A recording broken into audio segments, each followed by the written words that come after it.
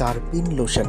বন্ধুরা, কার্পিন লোশনের মধ্যে কি আছে? Sodium thiosulphate, sodium hydroxide, sodium benzoate, cetrimide, tartaric acid আর ফিনল।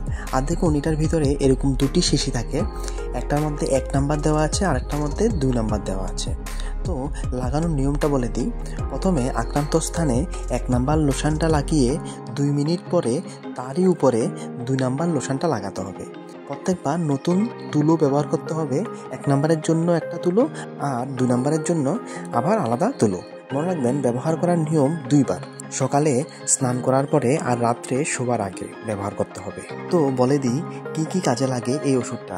টিনিয়া ভার্সিকোলর বা পিটিয়ারিসিস ভার্সিকোলর, যেটাকে আমরা বাংলাতে সোদ্দাগ বলে থাকি, এই বা চামড়ার মধ্যে দেখবেন সাদা সাদা হয়ে যায়, এই ধরনের সমস্যায় এই ওষুধটা ব্যবহার করা হয়। আর এটা খুব কার্যকরী ওষুধ। তো মনে রাখবেন বন্ধুরা, এটাই হচ্ছে এই ওষুধের ব্যবহার। এই ওষুধ সম্পর্কে আর অন্য কিছু যদি আপনাদের জানার থাকে অবশ্যই কমেন্ট করবেন। ইনফরমেশনগুলি ভালো লাগলে ভিডিওটিকে একটি লাইক অবশ্যই দেবেন। Thank you.